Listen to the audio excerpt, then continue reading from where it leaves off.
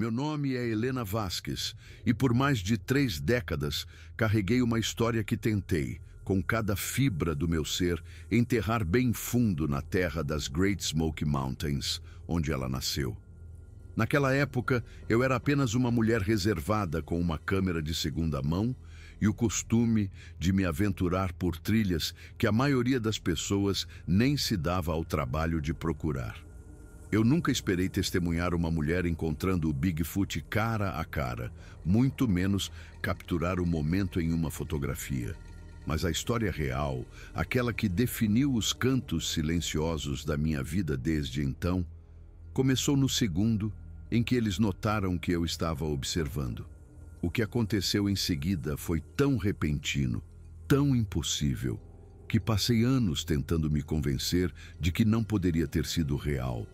Agora, pela primeira vez, estou pronta para contar tudo. O que estou prestes a lhes contar vai mudar tudo o que vocês acham que sabem sobre o que existe nas florestas remotas da região selvagem dos Apalaches. Em abril de 1993, eu tinha 28 anos e um emprego estável, mas que não me realizava como técnica em eletricidade numa companhia de energia em Knoxville, Tennessee. O trabalho era preciso, lógico e pagava as contas, mas minha verdadeira paixão sempre foi explorar as trilhas isoladas das Great Smoky Mountains e das áreas selvagens ao redor. Nos fins de semana, eu trocava meu uniforme de trabalho por botas de caminhada e minha caixa de ferramentas por uma mochila de 65 litros, partindo para lugares onde o silêncio era tão completo que parecia ter uma presença física. Naquela primavera, eu havia economizado 2 semanas de férias e planejado uma expedição solo pelas seções mais remotas das Smokies. Uma viagem que eu vinha planejando meticulosamente há meses. Meu roteiro era ambicioso. Eu pretendia seguir algumas antigas trilhas de extração de madeira que haviam sido oficialmente abandonadas nos anos 60, explorando áreas que não apareciam nos mapas turísticos convencionais. Minha picape Chevy S10 1988 estava carregada com suprimentos para 10 dias, uma barraca robusta da North Face, um saco de dormir para 0 grau, meu confiável fogareiro Coleman, sacos de comida desidratada, um purificador de água e, o mais importante, meu equipamento fotográfico. A fotografia era minha outra grande paixão. Desde adolescente, eu documentava minhas caminhadas com uma Canon IE1, uma câmera 35mm robusta e confiável que comprei usada em 1986. Eu sempre carregava vários rolos de filme Kodak Gold 200 para paisagens coloridas e Tri-X400 para fotos em preto e branco, que eu sentia que capturavam o caráter atemporal e melancólico das montanhas melhor do que qualquer outra coisa. Meu bem mais precioso era uma lente teleobjetiva Canon de 300mm que me custou 3 meses de salário, mas valeu cada centavo sempre que eu conseguia capturar uma ursa negra com seus filhotes ou um peru selvagem em plena exibição a uma distância segura. Era uma terça-feira, 13 de abril, quando saí do meu pequeno apartamento em Knoxville às 5 da manhã. A Interstate 40 era uma fita de asfalto vazia àquela hora, e logo peguei a saída para as sinuosas estradas da montanha em direção ao sul. Parei em Bryson City, na Carolina do Norte, para tomar café da manhã no Smoky Mountain Diner, uma lanchonete clássica onde os biscuits and gravy eram lendários. O garçom, um homem de uns 60 anos chamado Harold, com um rosto gentil e marcado pelo tempo, encheu minha garrafa térmica Stanley com café fresco quando mencionei que passaria dias na floresta. "Você vai sozinha?" ele perguntou, a testa franzida com uma preocupação quase paternal. "Um guarda do parque esteve aqui na semana passada, dizendo que encontraram umas pegadas estranhas lá perto de Deep Creek, enormes. Provavelmente são só ursos saindo da hibernação", Respondi, uma resposta ensaiada que eu já dera muitas vezes. Eu estava acostumada com as histórias locais. A região era famosa por seus avistamentos de Sasquatch, mas eu sempre fui cética, com os pés no chão pela realidade prática da minha profissão. Em 7 anos explorando aquelas montanhas, eu nunca tinha visto nada que não pudesse ser explicado por animais conhecidos, rastros distorcidos ou uma imaginação hiperativa alimentada pelo farfalhar das folhas ao vento. Depois do café da manhã, dirigi por mais 45 minutos por estradas cada vez mais estreitas até chegar ao início da trilha que eu havia escolhido, a Hazel Creek Trail. Era um caminho menos conhecido que seguia um riacho de águas cristalinas até o coração das montanhas. Meu plano era segui-lo por 2 dias até chegar a uma área de floresta antiga, onde, de acordo com velhos mapas topográficos que estudei por horas na biblioteca pública, havia uma clareira ampla e plana que seria perfeita para um acampamento base. Às 9h30 da manhã, tranquei minha picape, verifiquei 2 vezes as alças da minha mochila Kelty e comecei a caminhar. A temperatura estava em torno de 13 graus Celsius, perfeita para caminhar com uma mochila pesada. O ar estava fresco e úmido, impregnado com o cheiro rico e terroso de cicutas e tulipeiros gigantes. O som do Hazel Creek à minha direita era uma trilha sonora constante e relaxante para minha jornada. As primeiras horas foram tranquilas, uma meditação em movimento. Eu andava em um ritmo constante, parando ocasionalmente para fotografar cogumelos de prateleira interessantes crescendo em troncos caídos ou o jeito como os raios de sol perfuravam o denso dossel da floresta. A trilha era bem conservada nos primeiros 8 quilômetros, provavelmente por ser acessível o suficiente para caminhantes casuais em busca de uma experiência de um dia. Por volta do meio-dia, parei para almoçar perto de uma ponte de madeira que cruzava um afluente menor do riacho.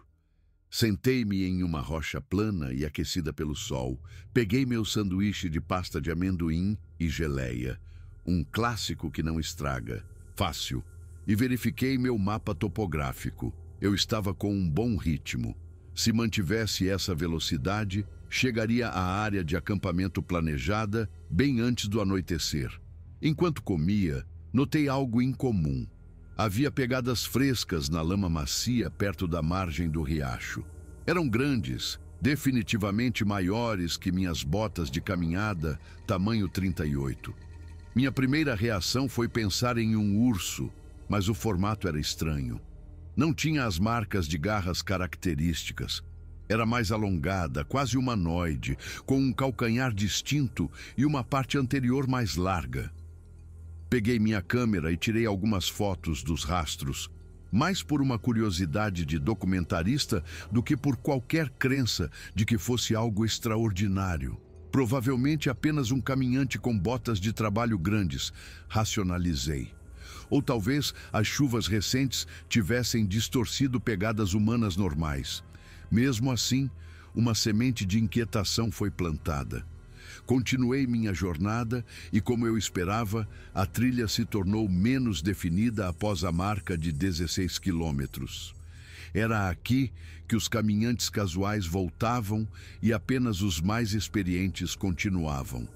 A vegetação ficou mais densa e, ocasionalmente, eu tinha que passar por cima de enormes troncos caídos, bloqueando o caminho. Era exatamente o tipo de ambiente selvagem e indomado que eu amava. Pelas 4 da tarde, comecei a procurar um lugar para montar acampamento para a noite. Eu queria encontrar um local antes que escurecesse completamente, já que montar uma barraca em uma floresta densa usando apenas uma lanterna de cabeça era sempre um desafio. Foi quando ouvi pela primeira vez. Um som estranho, como um grito distante, ecoou pelas montanhas. Não era um urso, não era um lince ou uma sussuarana. Era algo que eu nunca tinha ouvido antes em todos os meus anos na natureza. Gelei, minha mão instintivamente indo para a alça da minha bolsa de câmera, tentando identificar a direção e a distância.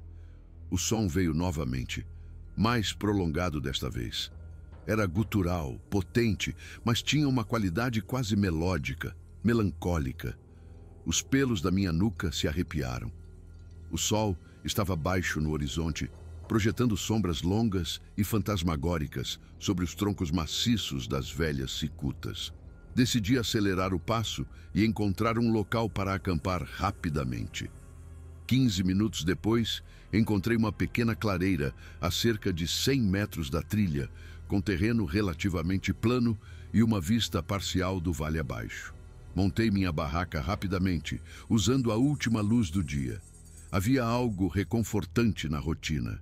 Estender a lona, encaixar as varetas, esticar as cordas.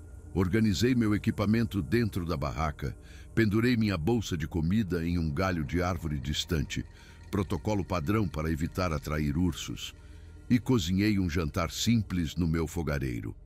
Macarrão instantâneo com uma lata de sopa de frango Campbell's.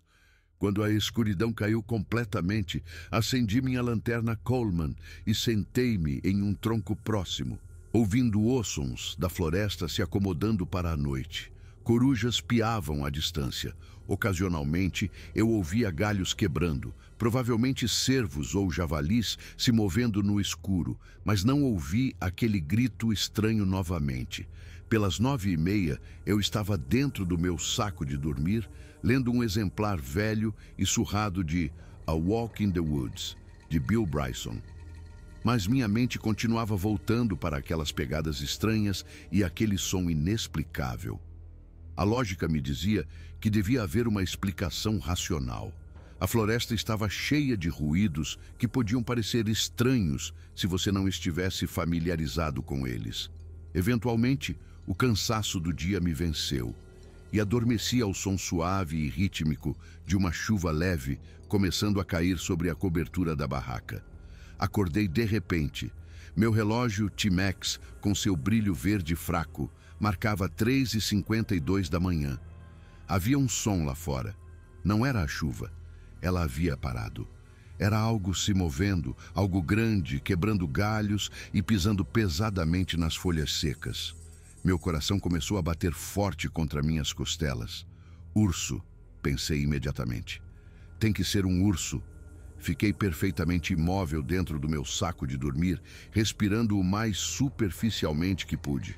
O protocolo para encontros com ursos era claro: parecer grande, fazer barulho, não correr. Mas, dentro de uma barraca à noite, a melhor estratégia geralmente era ficar quieto e esperar que o animal perdesse o interesse e fosse embora. O som continuou por vários minutos. O que quer que fosse, estava circulando meu acampamento, mas sem chegar muito perto. Então ouvi algo que fez meu sangue gelar.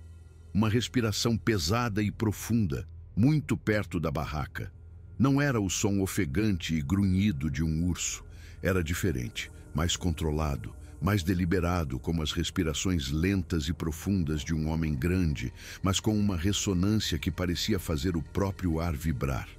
Fiquei congelada pelo que pareceu uma eternidade. Mais uns 20 minutos, até que os sons de movimento e respiração finalmente se dissiparam na floresta. Levei mais 1 hora para meu coração desacelerar o suficiente para que eu pudesse voltar a um sono agitado. Quando o sol da manhã finalmente iluminou a floresta, abri o zíper da barraca com cautela e saí. A primeira coisa que notei foram as pegadas. Estavam por toda parte ao redor do meu acampamento, no solo úmido e macio deixado pela chuva da noite. Eram enormes. Eu estimaria pelo menos 17 polegadas de comprimento e 7 de largura.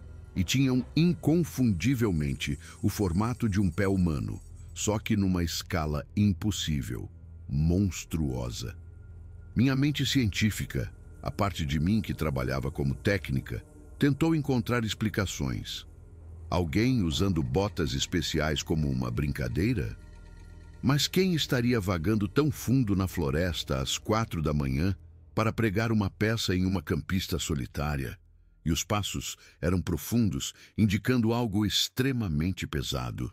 Além disso, havia um espaçamento claro entre os dedos visível em algumas das marcas, um detalhe que seria incrivelmente difícil de falsificar.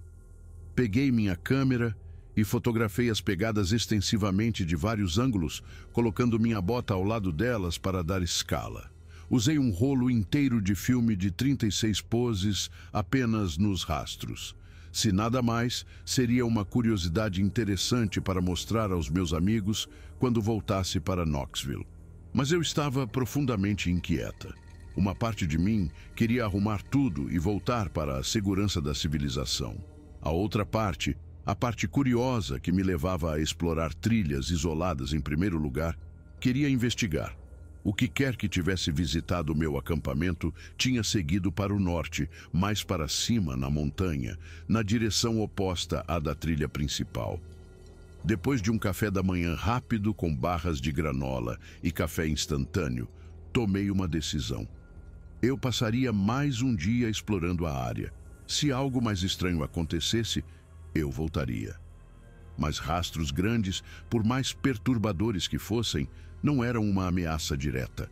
Animais selvagens são naturalmente curiosos. Era provável que o que quer que fosse tivesse satisfeito sua curiosidade e não voltaria. Guardei meu equipamento fotográfico principal na barraca, mas mantive uma câmera compacta Olympus Stylus, que eu sempre carregava no bolso do peito para fotos rápidas. Também levei binóculos, uma bússola, meu canivete suíço e fósforos extras. Decidi fazer uma caminhada de reconhecimento a alguns quilômetros do meu acampamento, mapeando a área imediata e vendo o que poderia encontrar. Segui aproximadamente a direção dos rastros, usando minha bússola para manter um rumo norte-nordeste. A floresta aqui era primordial, com cicutas e tulipeiros de centenas de anos, seus troncos tão largos que 3 pessoas de mãos dadas não conseguiriam abraçá-los. Havia algo como uma catedral nesses lugares. Um silêncio reverente, quebrado apenas pelo ocasional chamado de um corvo e pelo sussurro do vento nas copas das árvores. Depois de cerca de 1 hora de caminhada cuidadosa, cheguei a um cume rochoso que oferecia uma vista parcial do vale abaixo. Foi quando vi, do outro lado de um desfiladeiro íngreme, uma silhueta. Era humana. Isso estava claro. Uma mulher, pelo que pude perceber, vestindo o que pareciam ser roupas escuras e práticas. Ela estava parada em uma área relativamente aberta, cercada por algumas grandes rochas e troncos caídos. Instintivamente, me agachei atrás de uma saliência rochosa e levantei meus binóculos. Através das lentes, pude ver a mulher com mais clareza. Ela parecia ter uns 50 anos, com cabelos grisalhos presos numa trança prática e uma jaqueta de campo marrom surrada. Tinha uma mochila verde aos pés e estava esperando. Sim, ela definitivamente parecia estar esperando por algo ou alguém. Minha curiosidade se aguçou. Eu estava tão longe da civilização que encontrar outra pessoa por aqui era inesperado. Mas o que realmente capturou minha atenção foi seu comportamento. Ela não parava de olhar ao redor nervosamente, checando um relógio no pulso e depois olhando para a floresta densa ao norte. Decidi observar. Não era como se eu estivesse invadindo a privacidade de alguém. Estávamos em terras públicas e eu tinha tanto direito de estar ali quanto ela. Além disso, havia algo em toda a situação que parecia estranho. Quem marca um encontro no meio do nada? Fiquei ali por cerca de 15 minutos e então ouvi novamente aquele som, o chamado gutural que eu ouvira no dia anterior, mas desta vez estava muito mais perto, vindo da mesma direção para a qual a mulher estava virada. A mulher se endireitou imediatamente e mesmo à distância pude ver que ela estava tensa, expectante. E então, saindo da densa linha das árvores, veio algo que fez meu mundo parar. Era alto, incrivelmente alto. Eu estimaria cerca de 2,30 metros, talvez até mais. Estava coberto por um pelo castanho escuro que brilhava levemente sob a luz filtrada da floresta. Andava ereto como um humano, mas havia algo de primitivo em seus movimentos, poderosos, mas estranhamente graciosos. Seus braços eram longos, pendendo quase até os joelhos, e mesmo à distância, através dos binóculos, pude ver o rosto. Era símil, mas não exatamente como qualquer primata que eu conhecia. A testa era proeminente, o nariz achatado, e havia uma expressão naqueles olhos fundos, inteligência. Minha mão tremia tanto que quase deixei cair os binóculos. Sasquatch, Bigfoot. A criatura que deveria ser nada mais que lenda, folclore, estava ali, a menos de 200 metros de distância, caminhando em direção à mulher da trança grisalha. E a mulher não estava correndo, ela não parecia surpresa. Ela estava levantando uma mão, acenando como se cumprimentasse um velho amigo.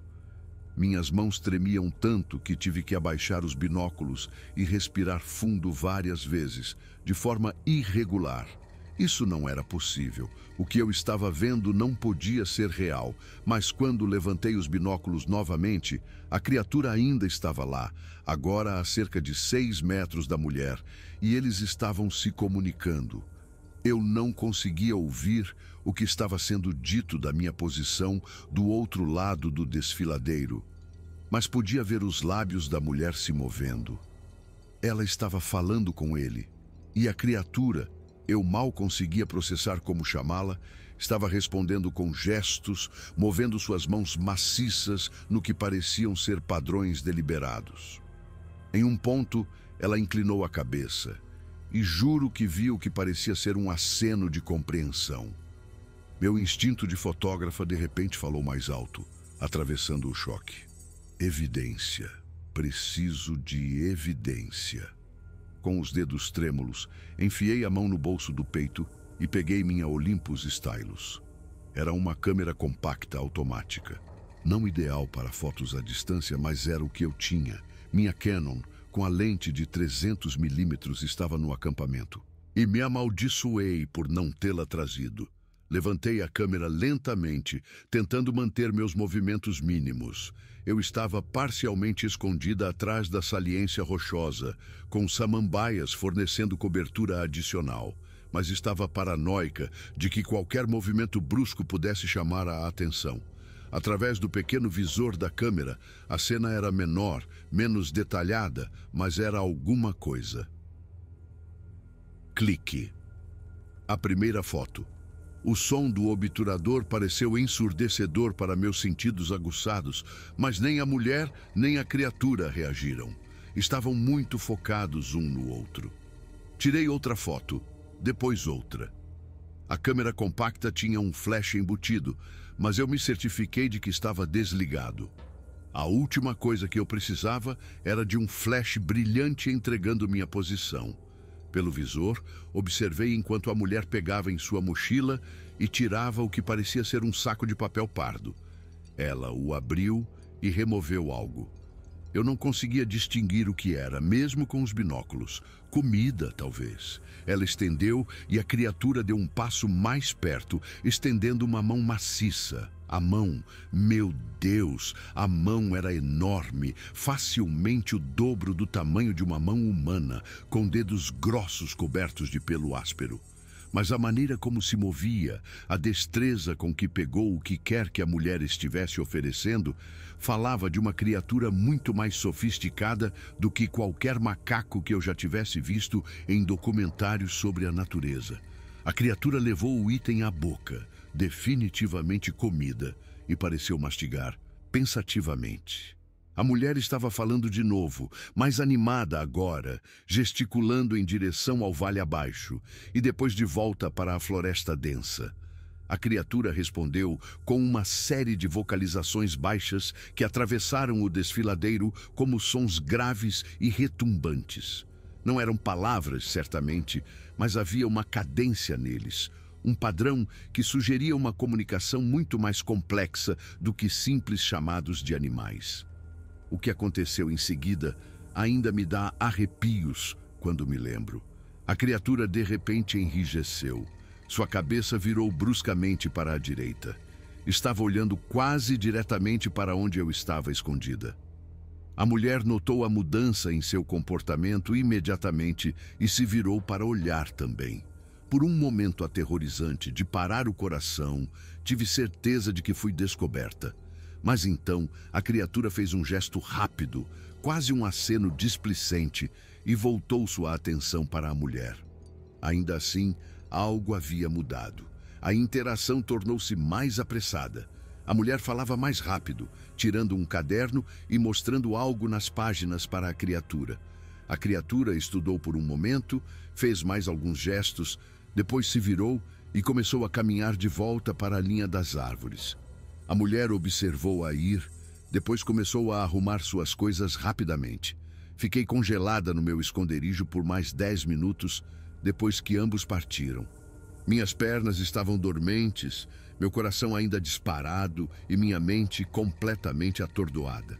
Eu tinha acabado de testemunhar algo impossível, algo que desafiava todo o entendimento científico do que existia nessas montanhas. Quando finalmente me movi, quase tropecei. Minhas pernas estavam rígidas e eu não estava prestando atenção ao terreno.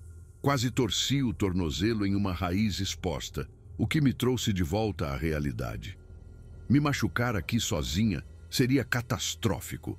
A caminhada de volta ao meu acampamento levou cerca de 45 minutos.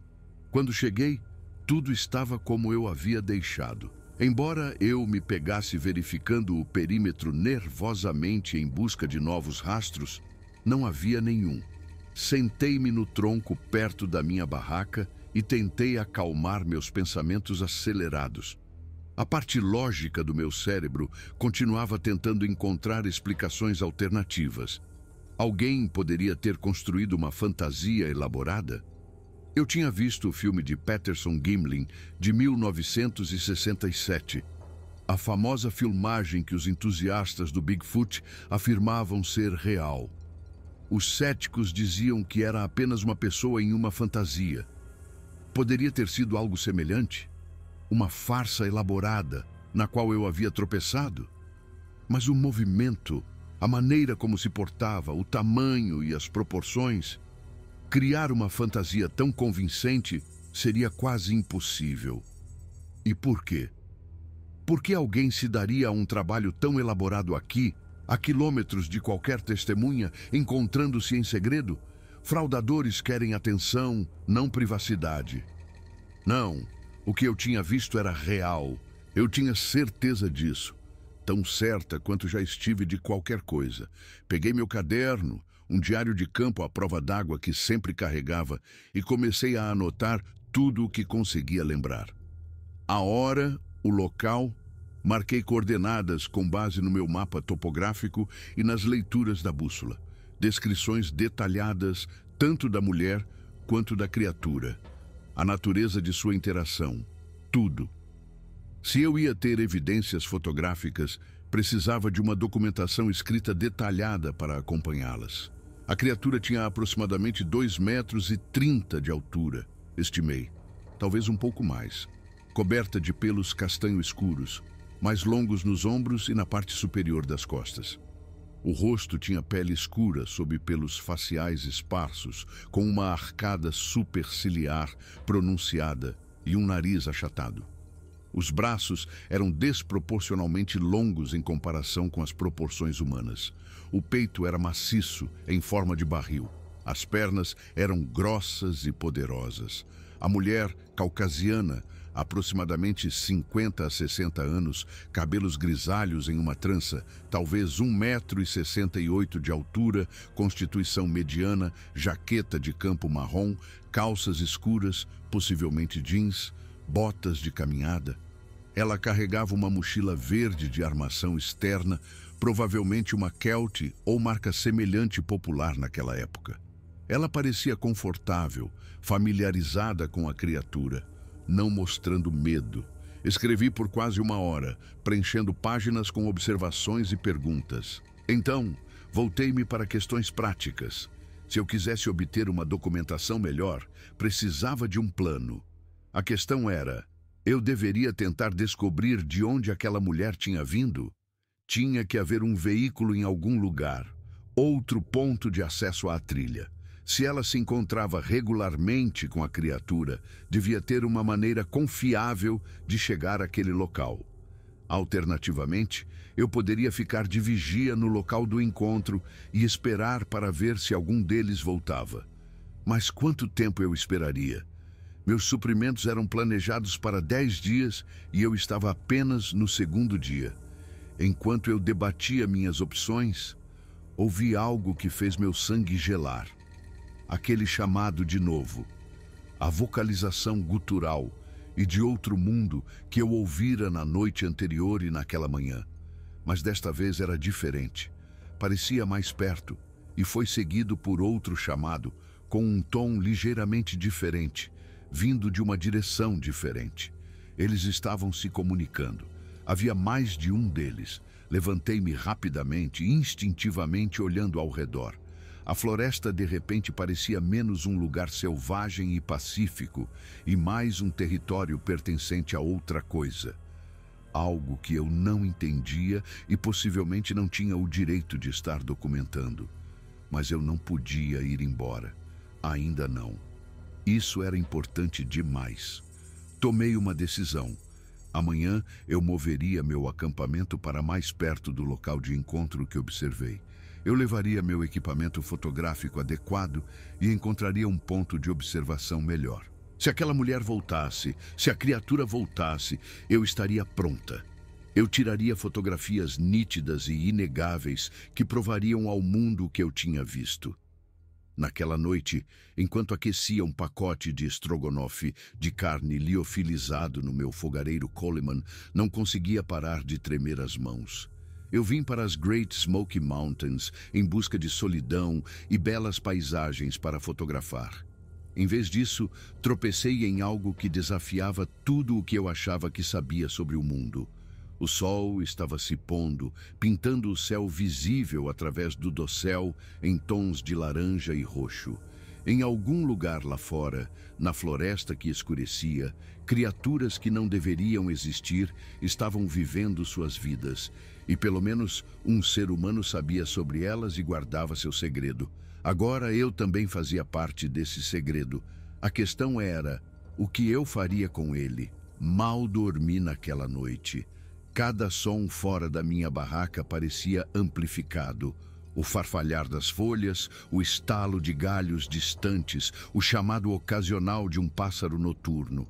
Por volta das 2 da manhã, ouvi os chamados novamente. 2 vocalizações distintas, de um lado para o outro, como uma conversa travada por quilômetros de floresta. Não eram ameaçadores, apenas estavam lá. Um lembrete de que eu estava compartilhando essa natureza selvagem com algo extraordinário. Ao amanhecer, eu já estava desmontando o acampamento. Decidi me aproximar do ponto de observação do dia anterior, mas não tão perto a ponto de ser facilmente descoberta. Eu precisava encontrar um local com boa visibilidade daquela clareira onde a mulher e a criatura se encontraram, mas com cobertura suficiente para permanecer escondida. Reorganizei meu equipamento com cuidado, garantindo que minha Canon AE1 e a lente teleobjetiva de 300 mm estivessem facilmente acessíveis no compartimento superior da minha mochila. Eu havia colocado um rolo novo de filme preto e branco Kodak 3X400. Era mais rápido que o filme colorido, melhor para as condições de pouca luz sob o dossel da floresta, e o grão poderia até adicionar credibilidade ao que quer que eu capturasse. Nítido demais, e as pessoas poderiam pensar que era falso. A caminhada para me realocar levou cerca de 2 horas. Movi-me mais devagar, mais deliberadamente, constantemente procurando por quaisquer sinais das criaturas ou da mulher misteriosa. Encontrei meu novo local de acampamento por volta das 9 da manhã. Era uma pequena depressão naturalmente escondida, a cerca de 150 metros da clareira onde eu testemunhara o encontro do dia anterior. Desta vez, do mesmo lado do desfiladeiro. Uma cicuta caída criara uma barreira natural contra o vento e a vegetação rasteira ao redor era densa o suficiente para esconder minha barraca de uma observação casual. O mais importante era que havia uma posição a cerca de 30 metros do acampamento onde eu poderia me instalar e ter uma linha de visão clara para a área de encontro. A montagem levou mais uma hora. Eu queria tudo organizado. A barraca posicionada para acesso rápido, mas escondida da vista, a comida devidamente armazenada e, o mais crucial, meu posto de observação preparado. Encontrei um local entre duas grandes rochas cobertas de musgo, onde eu poderia sentar confortavelmente por longos períodos. As frestas entre as rochas e as samambaias ao redor forneciam um excelente esconderijo, ao mesmo tempo que ofereciam linhas de visão claras. Montei minha câmera em um pequeno tripé que eu havia trazido, posicionando-a para que pudesse ajustar rapidamente para diferentes ângulos. Ao lado, coloquei meus binóculos e meu caderno. Às 11 da manhã, eu estava em posição. E então esperei. Vigílias. Aprendi rapidamente. São brutalmente entediantes. Nos filmes, algo sempre acontece rapidamente. Na realidade, você fica sentado por horas com nada além de seus pensamentos e os sons ambientes da floresta. Observei esquilos perseguindo uns aos outros em troncos de árvores. Observei um pequeno rebanho de veados de cauda branca passar pelo vale abaixo. Mas nenhuma mulher com uma trança grisalha, nenhum Sasquatch. Mantive minha posição até a luz começar a desaparecer por volta das 6 da tarde. Depois voltei cuidadosamente para o acampamento. Minhas pernas estavam rígidas, minhas costas doíam, e eu não tinha nada para mostrar, exceto algumas fotos decentes de veados. O terceiro dia seguiu o mesmo padrão. Acordar ao amanhecer, no posto de observação às 7 da manhã, esperando até o anoitecer. Nada. Comecei a me perguntar se eu estava errada sobre este ser um local de encontro regular. Talvez tivesse sido algo único. Naquela noite, enquanto eu estava sentada perto da minha barraca, comendo um pacote de chili mac da Mountain House, eu os ouvi novamente. Os chamados mais próximos do que antes, e desta vez havia algo diferente nas vocalizações, uma qualidade que soava quase curiosa, investigativa. Tive a sensação inquietante de que eles sabiam que eu estava aqui. Eles estavam cientes da nova presença humana em seu território. Quarto dia. Eu estava começando a fazer meus cálculos mentais sobre os suprimentos. Eu havia trazido comida suficiente para 10 dias, mas estava comendo mais do que o planejado, provavelmente a energia nervosa, queimando calorias extras. Eu poderia esticar para 12 dias, se necessário. Estava em minha posição de observação às 6:30 da manhã. A manhã estava nublada, com uma leve névoa pairando nos vales. Eu quase não a vi chegar. A mulher da trança grisalha apareceu por volta das 8 da manhã, emergindo da trilha oeste. Ela carregava a mesma mochila verde, mas desta vez notei algo que havia perdido antes. Ela carregava um longo cajado de madeira, deliberadamente entalhado com o que pareciam ser marcas ou símbolos. Ela pousou a mochila e ficou no meio da clareira, segurando o cajado verticalmente. Então, ela fez algo estranho. Ela levantou o cajado e o bateu no chão 3 vezes, criando um som oco e abafado que se propagou pela distância. Então ela esperou. Eu estava com a câmera pronta, o dedo no disparador. 5 minutos se passaram, depois 10. E então eu ouvi aquela vocalização, o chamado grave e retumbante, mas desta vez veio de muito perto da minha posição. Gelei. Lentamente, mal ousando respirar, virei a cabeça para a esquerda. E lá, talvez a 12 metros de distância, parcialmente obscurecido pela vegetação rasteira, estava outro. Este era um pouco menor, talvez 2,10 metros de altura. O pelo era mais escuro, mais preto do que marrom, e estava olhando diretamente para a clareira, aparentemente inconsciente da minha presença a poucos metros de distância. Meu coração martelava com tanta força que eu tinha certeza de que ele podia ouvi-lo. Muito lentamente, movi minha mão em direção à câmera. A criatura, de repente, fez outra vocalização, mais suave, quase conversacional. E da clareira veio uma resposta. Arrisquei um olhar de volta para o local de encontro e vi que o Sasquatch maior havia chegado. Estava se aproximando da mulher, que estava sorrindo, realmente sorrindo, e estendendo a mão em cumprimento. A criatura perto de mim começou a se mover em direção à clareira, e assim que se afastou, voltei minha atenção para a cena. Agora havia 2 deles com a mulher. Eles estavam definitivamente se comunicando. A mulher falando, as criaturas respondendo com vocalizações e gestos. Comecei a fotografar. Clique, avança, clique, avança. Observei a mulher pegar em sua mochila e tirar itens. Mais comida. Então ela tirou um livro comum com uma capa escura. Ela o abriu e parecia estar mostrando algo para a criatura maior, que se inclinou para olhar. O menor também se aproximou.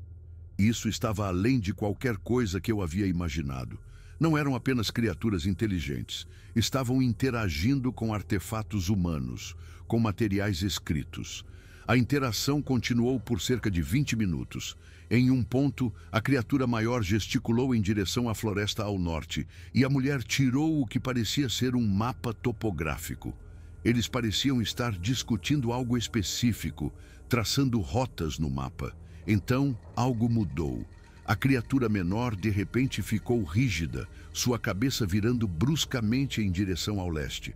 A maior percebeu imediatamente, e ambas as criaturas ficaram completamente imóveis. Um som chegou aos meus ouvidos, distante, mas se aproximando. Um motor, um helicóptero. As criaturas reagiram imediatamente. Sem nenhum sinal aparente, ambas se viraram e começaram a se mover rapidamente em direção à linha das árvores. A mulher se apressava para juntar suas coisas. Em segundos, ambas as criaturas haviam desaparecido na floresta, e a mulher se apressava pela trilha oeste. O som do helicóptero ficou mais alto, circulando a área geral por cerca de 15 minutos antes de o som desaparecer para o oeste. Fiquei escondida por mais 1 hora antes de voltar ao acampamento, abalada. Isso não era um encontro aleatório, era um relacionamento. E outra pessoa, quem quer que estivesse naquele helicóptero, poderia estar ciente de que algo estava acontecendo nesta área. Ao anoitecer, eu tinha um novo plano. Amanhã, eu não iria apenas observar. Eu tentaria seguir a mulher quando ela partisse. Descobrir de onde ela vinha, quem ela era. As criaturas eram importantes, mas entender o lado humano desse mistério parecia igualmente crucial. 5º dia. Arrumei uma pequena mochila de ataque e me posicionei perto da trilha oeste. A mulher chegou por volta das 8h15. Passou pelo mesmo ritual. Mas hoje, nada aconteceu. O helicóptero deve tê-los assustado. Por volta das 9h30, ela colocou a mochila nos ombros e começou a caminhar de volta. Esperei 2 minutos e comecei a segui-la. Rastrear alguém por uma floresta é mais difícil do que parece. Depois de 1 hora, a trilha se bifurcou. Eu a perdi por um momento. Depois, encontrei uma marca de arranhão fresca em uma raiz na bifurcação da direita e continuei. Após outros 45 minutos, ouvi vozes. A voz da mulher e outra, uma voz feminina mais jovem. Avancei furtivamente até poder ver através da vegetação. Havia uma pequena clareira com um acampamento mais estabelecido, uma grande tenda de lona, uma fogueira de pedra, equipamentos sob lonas. A mulher que eu estava seguindo estava lá, conversando com uma mulher de uns 30 e poucos anos com cabelo curto, escuro e cacheado. Nada hoje, dizia a mulher da trança. Esperei mais de 1 hora. O helicóptero de ontem provavelmente os empurrou para as partes mais altas da região, respondeu a mulher mais jovem. Droga, é a 3ª vez este mês. O serviço florestal está fazendo mais sobrevoos do que o normal. Pode ser vigilância de incêndio. O tempo tem estado seco. Ou pode ser o pessoal do Harrison, disse a mulher da trança, balançando a cabeça. O Harrison não sabe sobre esta área. Nós fomos cuidadosos. Harrison. Ouvi atentamente, tomando notas em silêncio. Precisamos mover o ponto de encontro de novo, disse a mulher mais jovem. Mais ao norte, mais para cima. Eles não vão gostar disso. Levou 3 anos para estabelecer este nível de confiança. 3 anos. Há outra coisa, disse a mulher da trança, e meu sangue gelou. Acho que alguém pode estar observando. O grupo familiar. O patriarca mencionou isso na semana passada. Ele disse que sentiram outro humano no território. Alguém que não fazia parte dos padrões de patrulha usuais. Ele descreveu como energia curiosa, não ameaçadora, mas presente. Talvez precisemos suspender o contato por um tempo, respondeu a mulher mais jovem, a quem a outra chamou de Sara. Se houver uma testemunha, se alguém tiver documentado alguma coisa... Eu sei. Mas estamos tão perto, Sara. Só os dados do padrão de migração já são inestimáveis e a Fundação não vai gostar de uma suspensão. Fundação. Isso era uma operação de pesquisa organizada e financiada. A diretriz principal deles, disse a mulher mais velha, era a proteção. Se houvesse exposição, tudo pelo que trabalharam seria perdido. Eu havia tropeçado em algo muito maior do que uma simples amizade entre um humano e o Bigfoot. Este era um estudo científico secreto e de longo prazo. E as próprias criaturas, o patriarca, haviam me sentido. O pensamento era ao mesmo tempo emocionante e aterrorizante. Após cerca de 20 minutos, a mulher da trança partiu. E Sara fez uma transmissão de rádio codificada. Raposa cinzenta para a toca. Atualização de status. Contato negativo devido à atividade aérea. Setor 12 permanece limpo. Recuei para o meu acampamento com a mente a mil. Essas pessoas decidiram que manter o Sasquatch em segredo era a melhor maneira de protegê-los. E eu tinha fotografias que poderiam destruir tudo o que elas construíram. Quando cheguei ao meu acampamento, tirei os 3 rolos de filme expostos da minha mochila. Esses pequenos cartuchos continham evidências que poderiam provar que o Sasquatch existia, mas também continham evidências que poderiam colocar em perigo uma espécie inteira. O dilema ético era esmagador. Ao anoitecer, ouvi os chamados novamente, mas desta vez soaram diferentes. Melancólicos, quase, como se estivessem lamentando algo perdido. O patriarca sabia que eu estava aqui.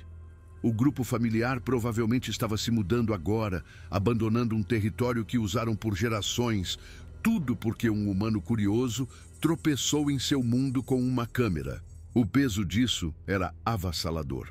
Os dias 6 e 7 passaram em um borrão de debate interno. Fiquei no meu acampamento, não mais me aventurando para a vigilância. Parecia errado agora. Na noite do 7º dia, eu estava escrevendo em meu diário à luz da lanterna quando ouvi um som. Não os chamados distantes, mas algo mais próximo. Passos pesados e deliberados se aproximando do meu acampamento. Meu primeiro instinto foi o medo, mas me forcei a ficar calma, a permanecer sentada. Os passos pararam a cerca de 9 metros de distância, logo além do círculo de luz da lanterna. Eu podia ouvir uma respiração profunda e ritmada. Então, uma voz, uma vocalização baixa e retumbante com um tom questionador. "Olá", eu disse, minha voz mal um sussurro. "Eu não vou te machucar, não quero fazer mal." Silêncio. Então, outra vocalização, mais contemplativa. Lentamente, estendi a mão e desliguei a lanterna. Meus olhos se ajustaram à escuridão, iluminada apenas por uma meia-lua, e então eu o vi. O Sasquatch maior, o patriarca, estava parado na beira do meu acampamento. À luz do luar, seu pelo escuro parecia quase prateado. Seus olhos inteligentes estavam fixos em mim. Ficamos assim pelo que pareceu uma eternidade. Este não era um encontro agressivo, era uma avaliação. Eu vi você, eu disse baixinho. Eu vi você com a mulher, eu tirei fotos. Não sei por que confessei, apenas pareceu necessário. Eu não sei o que fazer com elas. A criatura inclinou a cabeça, e eu juraria por tudo o que considero sagrado que ela me entendeu. Deu um passo mais perto, depois outro, parando a cerca de 4,5 metros de distância. Eu podia sentir seu cheiro, um odor terroso e almiscarado, como terra molhada e casca de cicuta. Então fez algo extraordinário. Levou a mão às costas e tirou um galho que havia sido deliberadamente despojado de galhos menores e casca, criando um padrão. A criatura o estendeu em minha direção. Levantei-me lentamente e dei um passo à frente, depois outro, até estar perto o suficiente para pegar o galho. Nossos dedos quase se tocaram quando o agarrei. No momento em que o segurei, a criatura fez um som suave, quase gentil, e então se virou e foi embora, desaparecendo na floresta com um silêncio impossível. Fiquei ali segurando o galho, tremendo. Era um presente, um reconhecimento, uma mensagem. Passei o resto daquela noite examinando-o. O padrão entalhado nele não era aleatório. Formava uma sequência repetida, 3 marcas, depois 2, depois 3 novamente. Era claramente intencional, feito com propósito e pensamento. Este não era apenas um animal inteligente, era um ser pensante e criador. E eu tinha em minha mochila fotografias que poderiam fazer seu mundo inteiro desmoronar. Pela manhã, eu havia tomado minha decisão. 8º dia. Desmontei o acampamento pela última vez, sem deixar vestígios. Mas antes de partir, peguei os 3 rolos de filme expostos da minha mochila. Um por um, puxei o filme para fora dos cartuchos, expondo-o completamente à luz forte da manhã. 108 fotografias de evidência, inutilizadas em segundos. Enquanto o filme se enrolava e se degradava sob a luz do sol, não senti arrependimento, mas alívio. Esta história não era minha para contar, não daquela maneira. Guardei apenas o galho. A caminhada de volta para minha picape levou a maior parte do dia. A viagem de volta para Knoxville foi longa e contemplativa. Parei no Smoky Mountain Diner, onde Harold se lembrou de mim. Como foi sua viagem, querida? Ele perguntou. Tirou umas fotos boas? Não as que eu esperava, respondi honestamente. Mas foi esclarecedora. Ele sorriu com conhecimento de causa. A floresta tem um jeito de nos mostrar o que precisamos ver, nem sempre o que queremos ver. De volta ao meu apartamento, o galho foi para uma prateleira na minha sala de estar. Cerca de 6 meses depois, em outubro de 1993, recebi um pacote sem endereço de remetente postado de Bryson City. Dentro havia um livro acadêmico de uma pequena editora, A Natureza Oculta, Criptozoologia e Ética da Conservação, do Dr. Robert Crawford. Dentro, um bilhete manuscrito em papel comum. Obrigado por sua discrição. O patriarca se lembra de você. Um amigo. Li o livro de capa a capa. Era sobre a ética de procurar por espécies desconhecidas, mas lendo nas entrelinhas, ficava claro que o autor sabia mais do que dizia. Ele escreveu sobre o fardo do observador e o paradoxo da proteção. Como provar que algo existe poderia ser a própria coisa que o destrói. Nos agradecimentos, ele agradecia aos pesquisadores de campo dedicados que escolheram a proteção em vez da glória. Anos se passaram. Transformei minha fotografia em uma carreira freelance, defendendo a preservação da natureza selvagem. Nunca mais voltei àquela área específica, mas nunca esqueci. Em 2003, em uma exposição de fotografia em Atlanta, um homem idoso ficou olhando para uma das minhas fotos das Smokies. Você passou um tempo nos lugares profundos, ele disse. Não era uma pergunta. Sim, respondi. Há muito tempo. Ele estudou meu rosto. Alguns de nós sabem. Somos discretos sobre isso, mas sabemos. Há mais de nós do que você imagina. Pessoas que escolheram ser testemunhas em vez de delatores. Ele estendeu a mão. Robert Crawford. Meus olhos se arregalaram. O autor do livro. Conversamos por mais de 1 hora. Ele confirmou que havia um esforço organizado para estudar e proteger as populações de Sasquatch, financiado por uma coalizão de grupos de conservação e doadores privados. O público não está pronto, ele explicou. Talvez um dia. Mas agora, a prova significaria destruição. Antes de ir embora, ele disse algo que nunca esqueci. Você recebeu um presente, não o galho, embora isso fizesse parte. O verdadeiro presente foi o saber. Você foi reconhecida por eles. Isso não é um fardo, Helena. É uma honra. Agora, em novembro de 2025, tenho 60 anos. O galho ainda está na minha prateleira, envelhecido, mas ainda mostrando aquelas marcas deliberadas. Passei 3 décadas usando minha fotografia para defender a proteção de florestas antigas, para manter áreas sem estradas, onde coisas que não entendemos completamente possam continuar a existir. Nunca me arrependo de ter destruído aquelas fotografias. Elas não teriam provado nada no final. Mas destruí-las significou que uma família de seres inteligentes poderia continuar a viver sem ser perturbada. Poderia continuar a confiar nos poucos humanos que conquistaram essa confiança. O mundo mudou tanto desde 1993. É mais difícil para eles permanecerem escondidos, tenho certeza. Mas de alguma forma eles conseguem. Porque ainda existem lugares muito remotos, muito acidentados, muito selvagens para nossa tecnologia penetrar completamente. E porque existem pessoas, pesquisadores, guardas florestais, caminhantes como eu, que se tornaram guardiões de seu segredo. Esta é a minha história. Eu a escrevi finalmente, depois de 32 anos. Não espero que vocês acreditem.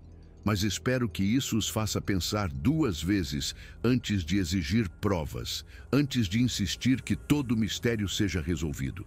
Algumas coisas merecem permanecer nas sombras. Alguns seres merecem viver sem serem perturbados. E alguns segredos são guardados não por medo ou engano, mas por amor e respeito. O galho ainda está na minha prateleira. Um lembrete da noite em que uma lenda estendeu a mão para uma humana assustada e disse, sem palavras, nós também vemos você. Isso foi o suficiente. Isso foi tudo.